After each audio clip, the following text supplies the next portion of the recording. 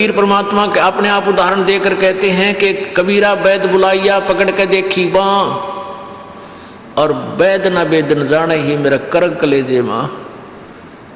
कहते हैं डॉक्टर बुलाया, डॉक्टर ने नाड़ी देखी, बाँ पकड़ के, पहले ये थे थर्मामीटर हाथ से देखा करते हैं, और वैद कहता है इसका कोई बीमारी नहीं और रोज सूखते आवे। कहते हैं कबीरा वैद बुलाइया पकड़ के देखी बाँ, और वैद न वेद न जाने ही मेरा करक कलेजे माँ।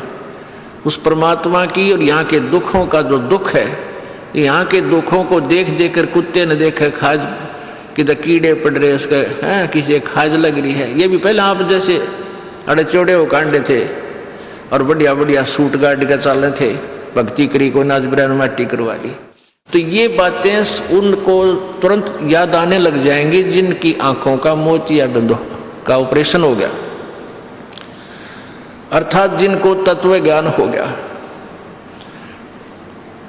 अब तो हम देखते हैं कुत्ते हैं, गधे हैं, सुअर हैं, बैल है, जोड़ रखा गाड़ी में, भर रखा सामान, चलता नहीं था, दे लट्ठा गद्दा गधोरी उस पर। तो हमने सोचा ये तो ऐसे बनते रहेंगे और हम ऐसे ही मनुष्य बने रहेंगे। काल ने ऐसी बुद्धि भ्रष्ट कर रखी हमारी, क्योंकि ज्ञान है नहीं। ज्ञान हो तो हम ये नहीं सोच सकते, क्योंकि यहाँ तो प्रत्येक प्राणी का अपना किया कर्म इसको मिलेगा। आज मनुष्य है, भक्ति ठीक की नहीं तो अगली योनियों अन्य प्राणियों की योनियों में जाएगा ही जाएगा।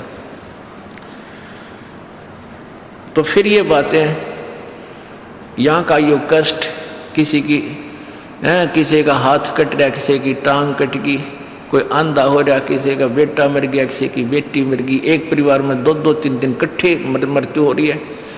अब उस परिवार के स्थान पर आप अपने को सोचकर देखो जो जश्न मनाने की तैयारी में है, तो फिर ये बकवादें अब पलट जाएंगी।